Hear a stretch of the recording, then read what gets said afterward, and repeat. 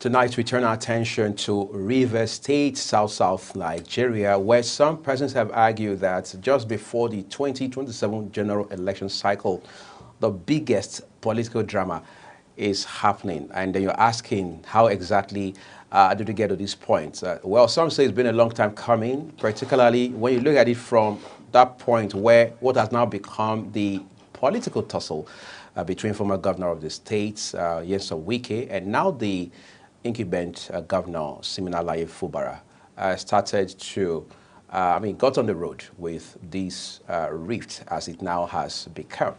But fast forward beyond that to the point where there was local governments, or what they call council election in the states. And, well, there are those who argue that the power of incumbency did play out and ultimately did win. However, things do remain at that point because we have seen so much of evolution between then and today. In between all of this happening, we also have witnessed firsthand how ultimately, the judgment by the Supreme Court on local government autonomy has caused a significant amounts of upsets in the politics of Rivers State. Of course, there had been an election in that state. One, well, maybe in the history of Nigeria, was conducted with next to no security presence. However, that electoral exercise did produce local government chairmen. But just last week now, the Supreme Court says, well, that election has now been declared null, void, and of no consequence whatsoever. Therefore, there's the need to conduct fresh election into local government offices in that state. Now, let's not forget how that this has been more like a battleground between two heavyweights. And you can't just leave it at the point of Mr. Wike and Mr. Fubara, because in the middle of it, you also have the APC and the PDP fighting to catch a piece of the action. What exactly is the situation today? The governor has ordered a conduct of fresh elections. In the meantime, the State House of Assembly has given the governor a 48-hour window to present, as it now stands, the 2025 budget, which the governor, quote-unquote, had presented before the erstwhile House of Assembly in that state. Now, this is a potpourri of many issues all happening together. Right at this point, the governor has said, look, worst case scenario is I'll lose my seat as the chief executive of Rivers State. However, I'm ready to pay whatever price is required of me in the interest of our beloved state. That's our conversation tonight. We'll put it on the road for you shortly. I am Uyi Agmofwebe, with all the delight welcoming you to today's edition of Big Talk. I'm standing in for my colleague, Eddie Michael. We'll take a quick break. When we return, we'll go full throttle on tonight's conversation.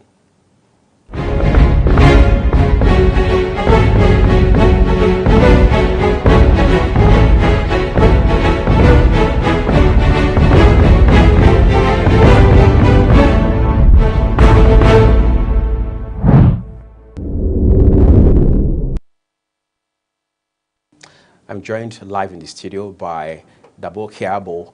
Warmate is a chieftain of the People's Democratic Party, the PDP, as well as an activist. First, I'll say thank you for taking our time, part of your dinner time, I should say, to be here on the program tonight. Thank you for having me. I'm not going to ask how you feel about the development in Rivers State. But of course, I know you have your reservation, you have your concerns about this drama as it continues to unfold.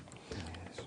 As it stands today, let's not talk about who is winning, but let's look at exactly what the implication of this judgment by the Supreme Court is, beyond just conducting fresh polls into the local government councils. Yes, let me once again thank you for having me this evening. And to say that, let me start by commending the Supreme Court for saying that let there be light in Rivers State. And today as we speak, there is a democratic light, rule of law light today in Rivers State, because it is also what the Supreme Court has done is to discipline our politicians. Moreover, the reckless manner with which they want to abuse their offices. the Supreme Court has said, come, you cannot, it is an aberration under whatever guise for 3 members to pass a 1.3 trillion naira budget. It is an aberration. And also for you to conduct local government election that is not, the process is not in line, in consonance with the Electoral Act. You know, sometimes some governors feel they are above the law. Some governors feel that they can do whatever they want to do because they have state apparatus. But the Supreme Court has said that no, using Rivers State as a standard and as a yardstick, that no, this should not be accepted in a democratic setting and in a setting where the rule of law exists. You can't have a 32-member House of Assembly, for crying out loud, and only 3 from 4, we had 3. Who knows? Maybe the next one will be 2, and it will end up being 1 person passing a state budget under the guise of the, some members as they come from the party. No, and that is the abnormality and illegality the Supreme Court has corrected by saying let there be light, and there is light today as regards rule of law and democracy. There are people who say that no matter what, I mean, the angle you're looking at this whole thing from, this fight is not about Rivers people ultimately. It's more about the political gladiators themselves, whether you're going to talk about the former governor, Nyesom Wike, or the incumbent governor, Siminalayi Fubara, and their supporters. How do you react to that? Well, if you say it is not all about Rivers people, well, it's both ways. It's about the gladiators, and it's also about Rivers people. People that are scrambling to serve their people. So we cannot totally say that this is just only about the gladiators, but it is also about the people of Rivers State. Okay, there's a follow-up question to that, right? It will appear that the governor's hands are tied now because this verdict is by the apex court in the land. So there was nothing much left to do than to just be constrained to, as it were, act accordingly. Fresh elections will be conducted, ultimately, no doubt about that. What will happen differently from what you see now, compared to what had happened in the last exercise that was chaotic on some level, and then, of course, we understand there was no police presence basically on the ground on that day, and things like that. Does this look like an exercise that's going to be essentially different? We hope so. We hope so because the Supreme Court has made it clear that the last election that was conducted, local government election that was conducted in Rivers State, which I call coronation, before July 2024, I said it clearly that the local government election that is being conducted is not in tandem with the provisions of the Electoral Act, and by so doing, what is going to take place in Rivers State is coronation, not election. I stated it, and I raised my voice and said the governor is progressing in error. That he should change. What he's doing is not right. His minders are not guiding him right. That there is no election in Rivers State, it's coronation, and the Supreme Court has confirmed me. And they cited section 150 of the Electoral Act. The governor went against the Electoral Act. And today, that's why the Supreme Court said, no, go back and conduct an acceptable election, a democratically acceptable election that all Rivers people, or majority of Rivers people will be satisfied with. That is in line with the rule of law. All right, let's talk about being satisfied and a few other things real quick. The governor has spoken about these issues. The governor has, as a matter of fact, categorically said that, if push comes to shove, I'll throw in the towel in the overall interests of my people. That doesn't look like the governor is grandstanding. He means every word of that. Without political sentiments and all of that. What do you think? No, if the governor come out to make some statements, and I see it, I feel very sad when the government make the aspect of his statement that said, I'm going to lead it. I don't hope that you get to violence, but if violence involved, I'm going to lead it. It's quite disappointing. It's quite on this thing, let me say, for a public officer to make such statement. Yes, you've said, you have admitted that you made a mistake as human being, you are not immune to making mistake. Fine, it should be at that, and that you are ready to obey the Supreme Court judgment in letter and in spirit.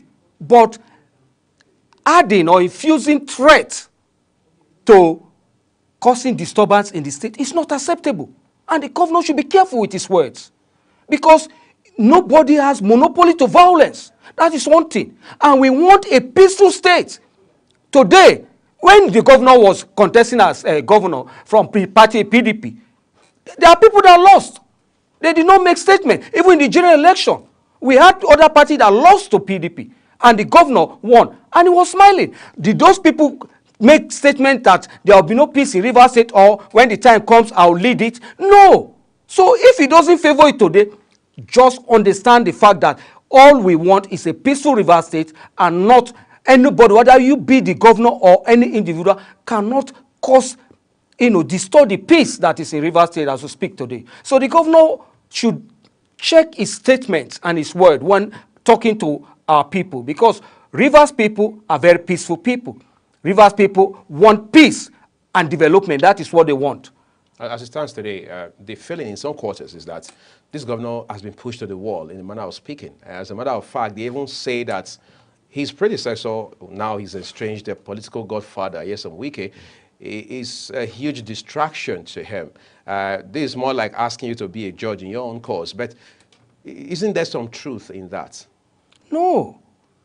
Distraction, what says, is politics. Politics is a game. And even if he knocks the governor off course. No. The thing is that, who was the governor? Was he a politician? The governor joined PDP in 2022. And like it or not, God used the instrumentality of the FCT minister to ensure that he emerged. Till today, the former governor of Rivers State and present minister of FCT, because of that, has inherited a lot of enemy, has made a lot of enemy. Today, there are people that are flocking themselves around the governor because the governor decided to choose, the former governor decided to pick the present governor as against them. The former chairman of national chairman of PDP, for instance, that was bringing his cousin to be the governor. And the talking about Prince Uche's country. Yes, and the president minister of FCT said, no, not your cousin. Let it go to this senatorial district. Let it go to the Ijos. And he nominated, the present governor. And people bought into it and convinced, gave Rivers people reasons to support him. And we did.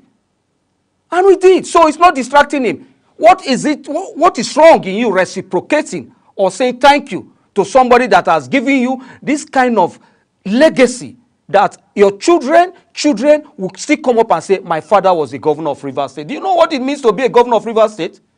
It's a microcosm of Nigeria, Rivers State. So to be a governor of Rivers State is something that, in the history of that state, your name is written in the golden books. Today, the children of Okilo, the children of Spiff, even though today they are in Bayelsa, they are Rivers people. They can do anything in Rivers State because of their parents. Their father was a governor, Chief Rufus Adajoj, and the rest of them. So same thing somebody did that. There are a lot of political gladiators in Rivers State that would have clinched that ticket.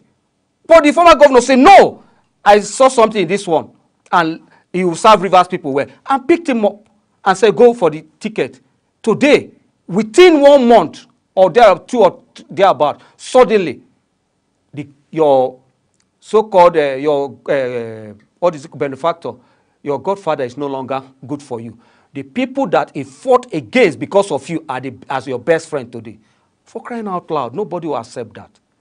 Nobody will accept that. Let's talk about the issue of thank you. I've heard, firsthand during the press conference, some sort of exclusive interview to a handful of media news outlets, where even the FCT minister has said that he can't tolerate ungrateful people. That was his word, exactly, yes. Ungrateful people. And you just made mention of something here that what's wrong in saying thank you. Is it the, purported refusal, or if you like, failure of Governor Fubara to say thank you to the FCT minister that led to this crisis? From afar, because I'm not the FCT minister and I'm also not the governor. Right. But from what we gathered, that is not the real issue. The governor is trying to tamper with the structure that brought him in. The political structure. Yes, the political structure. And you know what a political structure means to a politician. No politician will tolerate you trying to dismantle his political structure. That is the issue. All right, there's a follow-up to that. You are not the only one reacting to these developments. Yes. People from the PDP, even some from the APC, because as it stands right now, for whatever it's worth, Mr. Wike has one leg in the PDP and the other in the APC. Some even say metaphorically that the leg he has in the APC is longer and much more sturdy than the one he has in the PDP. And the former governor of Rivers State has said unequivocally on a number of occasions that if situation demands for him to move all the way to the APC, he would do that, because there have been speculations about him decamping to the APC and so on and so forth. Ugo Chinyere is a member of the House of Representatives, and he's a member of your party, the PDP. But of course, he has been expelled. Well, that again, the jury is out on that. Internal issues, as you say, in politics. But quite frankly, he has reacted to these issues. Even before these now controversial expulsion of Uncle Chinyere, we know for a fact that he is more of the Atiku boy, for want of better words. How would you react to his own reaction to this development? No, you see, Ugo Chinyere is someone that I don't like talking about because it doesn't worth it my time. And I'll say that clearly. Today is condemning the Supreme Court.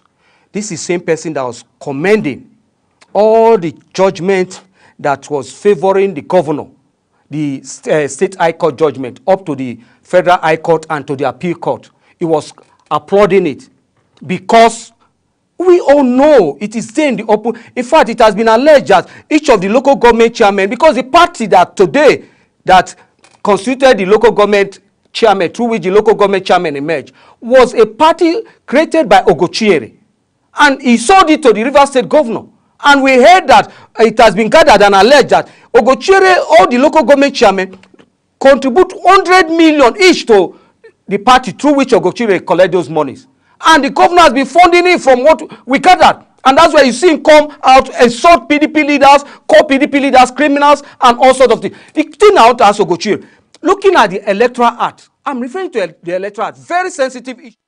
Now in the Electoral Act section 84, 5C, it is clearly stated that if an election, in the process of the nomination of a candidate by a political party, the primary must take place within the senatorial district, federal constituency, or state constituency. But in the case of Ugo Chinyere, we had in Imo State, he's from Imo State, take note. Right. We had 3 candidates from the Olu zone that did not conduct, their primaries was not conducted in their senatorial and federal constituency. Ugo Chinyere was one of them. And following the Electoral Act, Ugo Chinyere lost at the tribunal, all of them lost, but came to the appeal court level. In Lagos, somebody was instrumental to Ugo Chinyere escaping the law and becoming a member. If not, by this Electoral Act, Ugo Chinyere is not qualified to be a member of the House of Rep, because it's there stated his primaries was not conducted in the federal constituency between Idiato North and Idiato South federal constituency. It was conducted in Olu zone, so it's not qualified. He's a beneficiary of a court order. Today, Ugo Chinyere House of Rep membership is a product of a court. So him coming to condemn the Supreme Court, I want you to ask Ugo Chinyere, he said he read law. Was he caught to bar?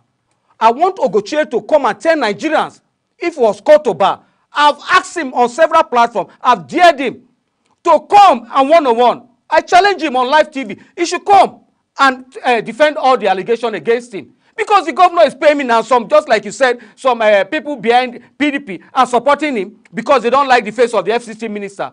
And he's insulting PDP leaders because of the monetary benefit he's getting from Rivers State, does not give him the impetus to speak against their justices, the Supreme Court justices, because the judgment does not favor him. It is insulting. It should be cautioned. It's a spoilt boy because Ogochiere, let me let you know, he joined PDP. No, I'm coming. You In need 2000 and you need to take that back. no, That's he said insultive. no, Yeah. because Please, you have to apologize. No. See, I'll correct. You have see, to apologize for see, that. Ogochiere. Yeah, please, you have to take that back. No, Please. no, I understand where you're coming No, from. you have This to- one, you- I take responsibility for it, No, yes. not your station. But you have Because to take that it back. is You can't somebody. say he's a sport boy on a national television. No, because that is the way he's acting. Okay, I'm just going to taking a Okay, break but now. because of you, I'll do that for the sake of the station. Okay, I Please. withdrew it. Thank you understand? But I want to just bring a little curve into this conversation. As it stands right now, there are people who believe, even within your party, I mean, people in the very core of your party, the core leadership of the PDP, regardless of the faction, that even though this fight, quote unquote, is happening in River State, Nigeria, the PDP, your party, is ultimately going to be the casualty, particularly going into the 2027 general election. Do you share that sentiment? Yes, and that's why we are speaking out. That's why I've been speaking out on different platforms, trying to talk to those that we see as leaders to see how they can share their sword. Because you like it or not, we cannot deny the fact that it's affecting us. We cannot deny that fact. We cannot deny that fact. And that's why when we see peace, we want to embrace it. The party made effort under the leadership of Ambassador Umar Damagu to resolve the matter. It couldn't. The president did his best. Today, the court has spoken, the law has spoken. So the only way to have peace, the way to peace is for the governor and all parties to obey the judgment of the Supreme Court. That is it. All right. We're taking a quick break now, everyone. But just before that, or when we return, what exactly are some of the issues that must be addressed to bring this whole crisis in River State to an end? What are some specific steps that the leadership of the party, whether at the state level or at the national level, must take to find closure? Plus, the governor now says that if push comes to shove, he may be forced to resign in the overall interest of his people and for the peace of the great state of Rivers. Plus, there is the insinuation that there are those who want the governor out by all means, and that this Supreme Court judgment has not done justice as far as they are concerned. All of that coming shortly on the flip side of this break.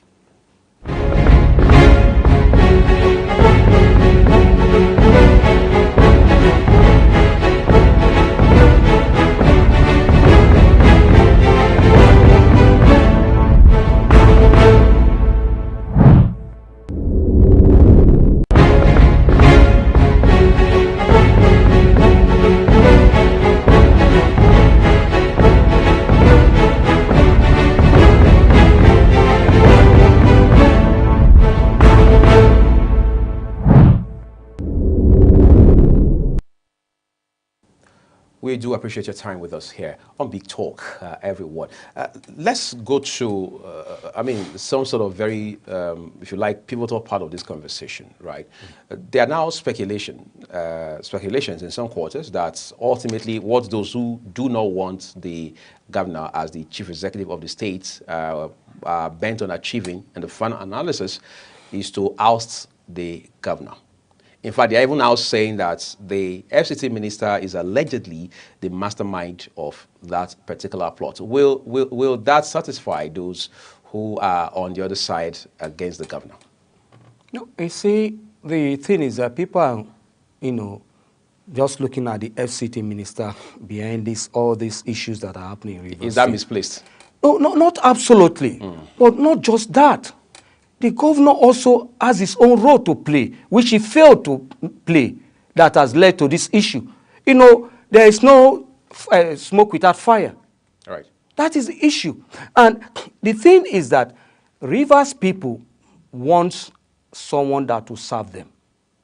And if people come today and say, from what you are doing, you are not serving the interests of the people, for you to present a budget to just 3 members, the budget was not scrutinized. I can tell you, the 2 members representing my local government were not there when the budget was passed. So what happened to my local government? Wouldn't they look at it and said, oh no, my local government, there is no project.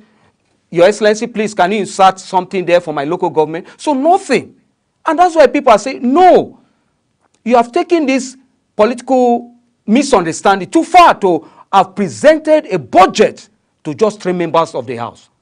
And by so doing, some persons are aggrieved. A lot of people. Out of the 32-member House of Assembly, only 3. So you have de-enfranchised. By that, I mean, in terms of development, the rest constituency in the state. That is the problem. So, not that one is happy that they want to, if they want to remove if the assembly so choose to want to remove the governor. But if the governor is not doing what is right, and he commits an impeachable offense, well, it's in the hands of the assembly. I'm not a member of the State House of Assembly. But Rivers people want somebody that can deliver, want somebody that can abide by the rule of law to ensure that there is peace in the state. Well, Nigerian politicians are generally, not particularly known to abide by the rule of law. But let's drill a little further into the House of Assembly angle of this narrative. Yesterday, they gave the governor 48 hours to turn the budget for presentation. So, all else equal, before close of business tomorrow, the governor is expected, by that ultimatum, to have done that presentation. Some people say that's a booby trap for the governor. Isn't that what it is, really? I don't think so, because the budget, ordinarily, the governor would have presented the budget to the fully constituted House of Assembly. Before now. Right. And he failed to do that. And the Supreme Court has said, no, go and do that. Although they didn't put timeline. Right. And considering the fact that we have entered a new year and we need operational budget to be able to ensure developmental activities in the state, the State Assembly has said, okay, within 24 hours, present this budget. Because the same budget that they gave you 24 hours to present, within how many hours you presented it, the next day you signed it into law. So present this budget, let's scrutinize it and look at it. Then after that, we know if there is need for any adjustment, the adjustment will be done. So, but in Nigeria today, everything you do, people give political interpretation to it, create narrative out of it. Otherwise, the Supreme Court said, go ahead and present the budget.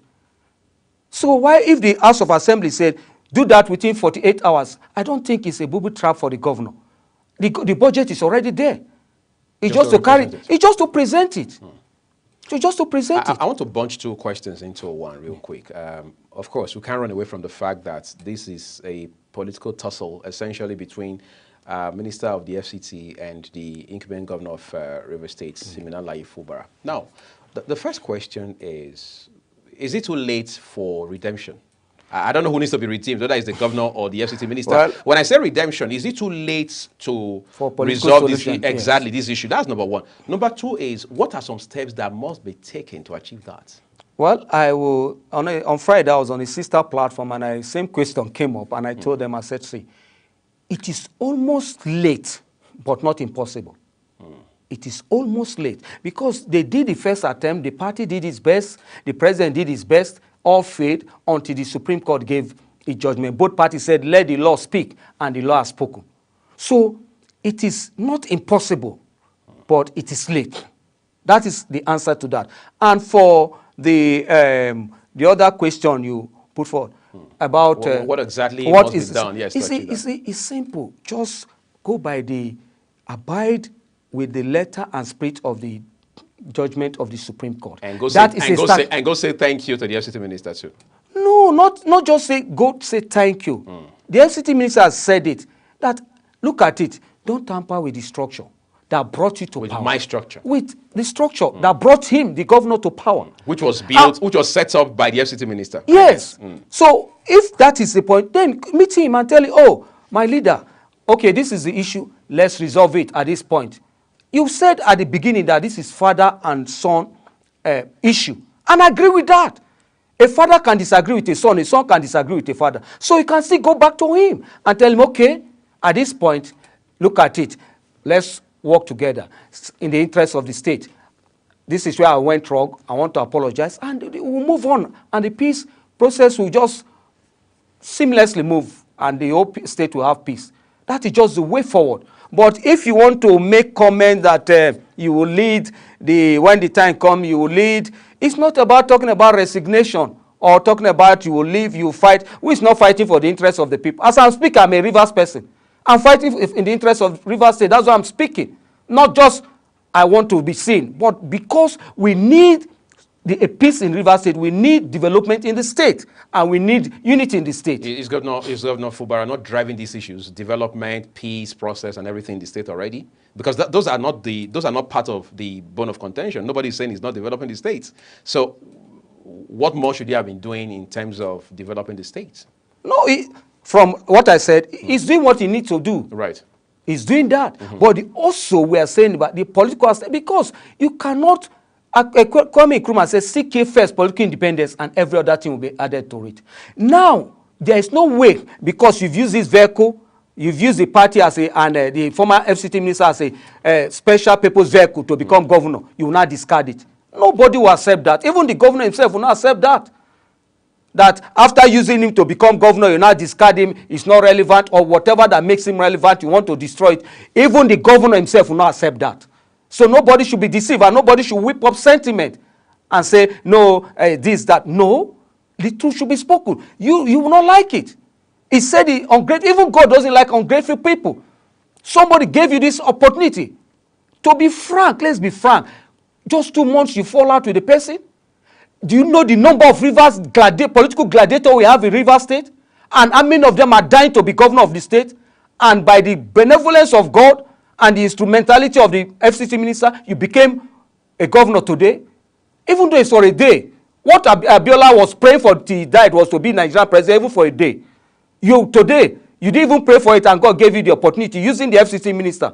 For crying out loud, the least you could do is to ensure that you make, relate with him very well, and not allow people that because of you fought him, to come and cause problem between the both of you. You have made a few passing references to what your party, the PDP, the lead opposition party in the country, had done in an effort to resolve this issue between the governor and his political godfather. And all of those obviously fell apart like a pack of cards. And you also talked about, which is, of course, public knowledge, that the president had waded into this matter at the point. We understand there was going to be a truce of some kind, but that again didn't seem to hold on for long. Two things really that are very concerning. Your party is very divided. So you're wondering, what faction of your party actually intervened? That's number one. Number two is it not a shame to the PDP that it took an APC president to help resolve an internal crisis in the PDP? No, number one. I'm just curious. No, number one, let me correct impression. We don't have faction in PDP. PDP is not divided. We have one national chairman, and that is the person of His Excellency Ambassador Umar Ilia Damagu. We have one national secretary, and that is most distinguished senator Inameka Samuel Anyanwu. So the party is not divided. We might have interest wrangling within the party, but PDP is not divided. I want that impression to be corrected. PDP is not divided. PDP is one. We are getting stronger. We have one or two challenges. Does not mean that we are divided. That is one. Then talking about the other question you... Yeah, I talked about how that, is it not shameful that it took a President Tinubu of the APC? No, President Tinubu did not even solve the problem. But at least he made an effort to. He made an effort. But it did not solve the problem. Did he have if not, they wouldn't have continued to court. Did he have to get to the point where President Tinubu? No, you see, there are gladiators that are involved in this thing. And you know, when people are bent in ensuring that their own personal interest is being pushed forward, the party made its best. It's put its best effort to ensure that there is peace and resolve this issue. But it failed. Even the president failed in trying to resolve this issue. His attempt was fruitless till the court took over. And today, on Friday, the Supreme Court spoke, and everybody is going by abiding by the Supreme Court decision. So it is not a shame, and the PDP did its best. And on the ground, we don't need to come to the media and always say, on the ground, the party, moreover, the national chairman, was making effort to ensure that there is peace, to talk to the both parties, to shade their swords.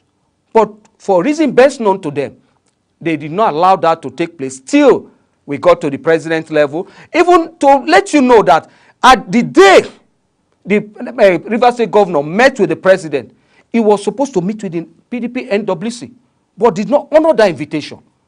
Disrespected the NWC. And today, look at the result. So it is not shameful, because there's nothing to be ashamed about that. Everywhere there's disagreement. See what is happening in the president's home state. Assemblies, the state assembly, the president's home state that he has been governor before. See what has happened. Speaker removes, speaker coming back, the governor being aggrieved that the speaker that disrespect him is brought back and so on. So it is not one party thing. But the president is not having a problem with the state governor in Lagos, unlike in your case, in your party, where it is a former governor having a problem with a sitting governor, for example. But this one is the sitting governor having an issue with a sitting speaker. One is not the national chairman or former president that is having his former governor that is having issue with former governor. So you're saying your case is better? Far better. We have less issue in our party. Look at APC. Have they, one day, since the president emerged, have they convened NEC meeting? We have convened NEC meeting. It just recently, after PDP shouted and shouted, they convened caucus meeting. They've not called for NEC meeting. I mean, have they had NWC meeting? It's so you cannot compare PDP crisis compared to APC and other parties. It's child's play. Why our own is making noise is because we are the only party in Nigeria today. APC is a conglomerate of strange bedfellows. They are strange bedfellows. But they've been able to stay together since 2014. 2014. But we've been able to stay together for almost 20-something years. Because we have not tested your party in amalgamation. But we're taking a quick break now, Yes. quickly. When we return, we want to look at what happens with this new, as it were, House of Assembly in place that has given 48-hour window to Governor Siminalayi Fubara to present, some people say represent, the 2025 budget. There are those who believe that this particular House of Assembly will make, well, in a political sense, life unbearable for the governor. Is that a possibility, or is it just a pipe dream? We'll look at that and push the conversation a bit further after this break. Do stay with us, everyone.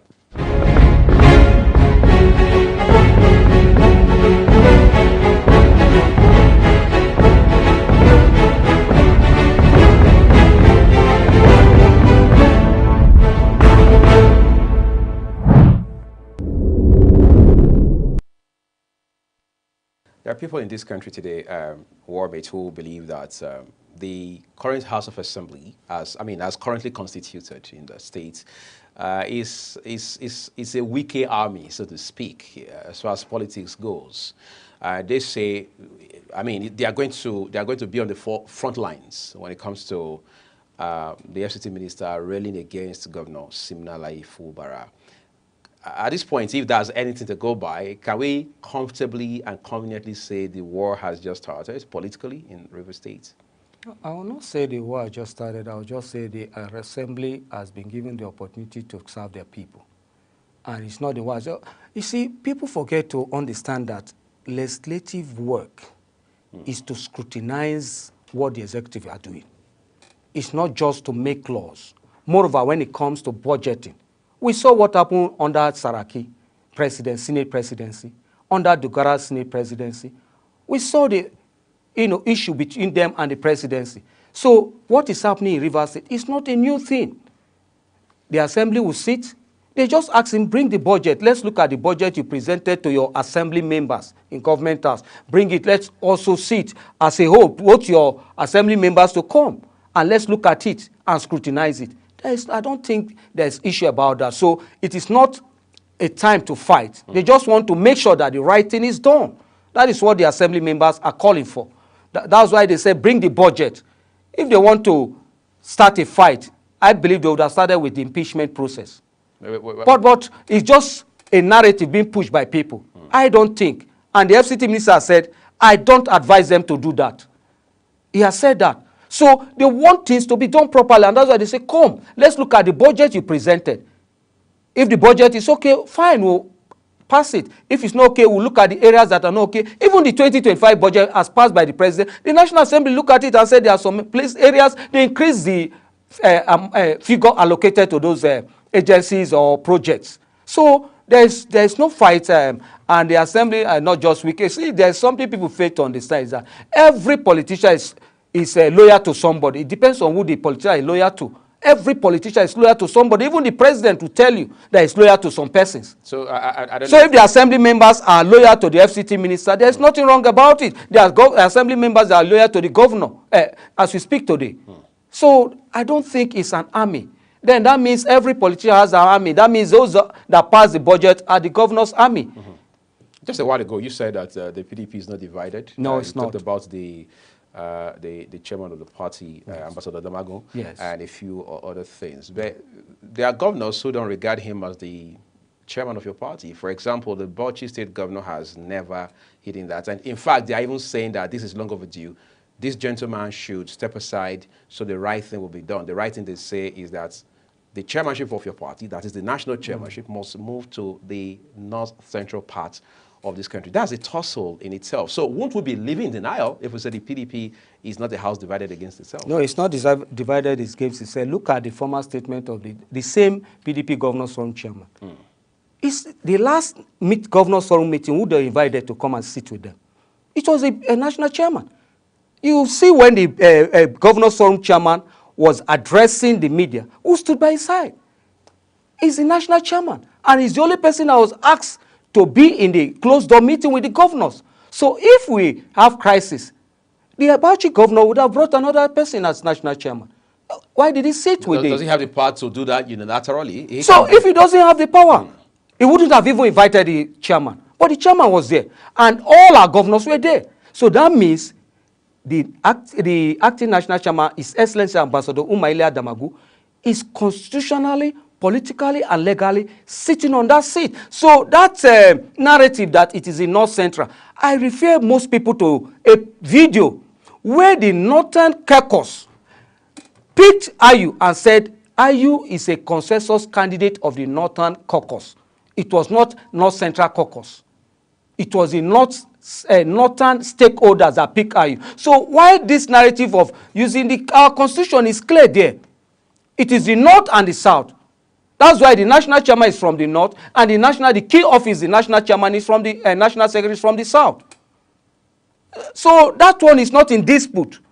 Whatever that you see after that happened is politics. We know that Atiku wants to front somebody. We know that the PDP Governors Forum chairman has somebody because of all of them, because of their political ambition and interest. But they know that the prideful person and the person sitting down there, recognized by the constitution of our party, by the electoral act, by the Nigerian constitution, and by all Nigerians and party faithful in Nigeria and in diaspora, is Ambassador Umaile Damagu and nobody else. So anybody that moves that narrative are doing it for political reasons. And we understand that, and that's why we don't see it as crisis, because they want their person that will protect their interests or do their bidding. Before now, wherever the chairman go, the PDP Governors Forum chairman recognizes him. And that's why I said, even the last Governors Forum meeting in Delta State or so, he was recognized. He was with them. So if it was not a political thing, you wouldn't have invited him there to prove that the North Central is not supposed to produce the national chairman. There are two more issues before we are done with this conversation. There are insinuations in some quarters that ultimately the goal is to ensure that even if Governor Siminalayi survives this political tsunami that is currently grappling with, the headwinds that will be in front of him going into 2027 will make it such that he won't be able to return for a second term. I mean, you're an insider. Is that the agenda? You see, whatever by way of trying to make him pay the price for disobeying and dishonoring the FCT minister. Well, if there is this thing, well, I don't know if there is an issue, but it is clear if you don't do the needful, if you don't, you try to dismantle the ladder that takes you up, you pay for the consequences. Ambode did that in Lagos. And there are some governors that did that. So if that will be, if the governor of Rivers State is very smart, he should retrace his step to avoid such situation. But I cannot tell you for certain that will happen.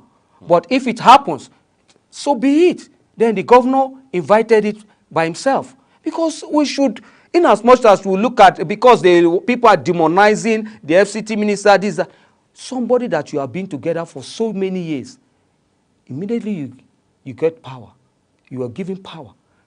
Within 2 months, the man becomes a demon that you have been dining with, whining with, pepper souping with. Suddenly. So people don't look at that side. Hey, wicked this, wicked that. That is the only thing they are looking at. But look, put everything on the balance scale and look at it, you understand that even the governor has not been fair to the FCT minister, has not treated him fairly, to have, within that short while, listened to gossip. People that don't want you to be the governor, that fought you, even when you won, wanted to challenge you in court to make sure that they kick you out. Today, they come around you, tell you all sorts of things about the FCT minister. Whatever sin, let me just assume but not consider, whatever sin the FCT minister committed against you, for the singular reason that God used him to put you where you are, should be enough for you to forgive him and say, no, whatever people say against him, I will not fight him. I will not do anything against him. And tell him, look, my leader, look at what you've done. I know I'm wrong. This area, you've not done well. Let's work together, please. Instead of getting those people that want your downfall, that never want you to progress, to be around you and be making you. You know, it's unfortunate. All of them. I'm from Rivers State. I know most all of them to be around the governor. 90% of the people around the governor did not want him to be governor. Against odds, Wike was like the eagle. He was flying against the tides, against the wind, to make sure Sim became governor. That is annoying. And today, the people that he became enemy of because of you are your friends. How would you feel if you were the one? All right, we're going to tie it up right now. There are politicians and even non-politicians now theorizing that Mr. Fubara will likely defect or decamp from the PDP. Of course, that also had happened when this same tussle got to a head one time in 2024. If that were to happen, with a big if, wouldn't that be the PDP, whether in Rivers or at the national level, suffering amputation? I agree with you that PDP will, if that happens, which we hope will not happen, that PDP will suffer whatever it takes. But that is not the first time it has happened that someone has taken a mandate and ran to another party. Amechi did it. He took a mandate and went to APC. But one thing I do tell people, Rivers is a blue-blooded state, PDP state. Rivers people love PDP. So if you run away from PDP, 2027, they will tell you that PDP is their party. And they will prove it to you because you will lose the election. No political party you will contest under Rivers State and win the election except PDP. And that's why I will advise the governor, if he knows what is good for him, he should not listen to those that wants to just make sure that he continue, you know, I'll call them people that profit from the crisis in Rivers State. As it's not with the minister, they are profiting from it, so they will not want peace. They will not want both of them to settle. He should be careful of such persons and their advice, because it will lead him to a place that he will regret at the long run. Even right now, I believe the governor should be regretting. He should be. Because this is somebody that you've had a smooth relationship with. And suddenly some people came whisper to you, and today they cause problem between both of you, and you cannot go back to him and say, see. Even the prodigal son went to the father after squandering everything the inheritance the father gave him. So to me, I will say that he shouldn't make that blunder by taking the mandate of the party to another distance, because he will regret it. I can assure him of that. And PDP is doing everything within his power to still, today, the national chairman is doing his best to see how we can douse tension and ensure that the issue between the former governor and the present governor is resolved. Well, there are people who say that the PDP is more like, in metaphorical sense, an unclad individual right in the middle of an open market dancing. But the question will be, perhaps, will PDP be able to get its clothes on before the 2027 general election cycle? I'd like to say a big thank you to my guest who has made all the sacrifice to be here with us on Big Talk tonight. Dabo Kiabo Warmate is an activist and a chieftain of the People's Democratic Party, the PDP. Thank you once again for coming on the program. Thank you for having me. And that's our show tonight, everyone. Thank you for watching. I'm Muya Mofweg. We have been standing in for my colleague, Edika Michael. We'll see you again.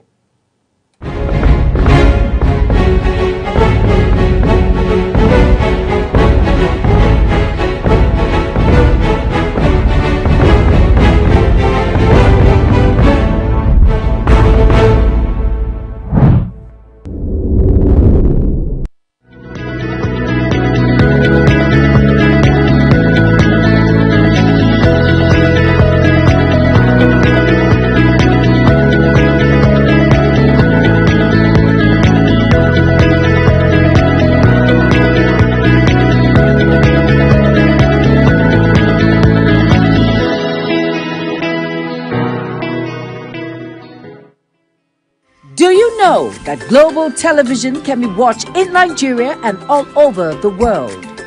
Download the Global TV Nigerian mobile app for Android and iOS devices to watch global television real-time from around the world.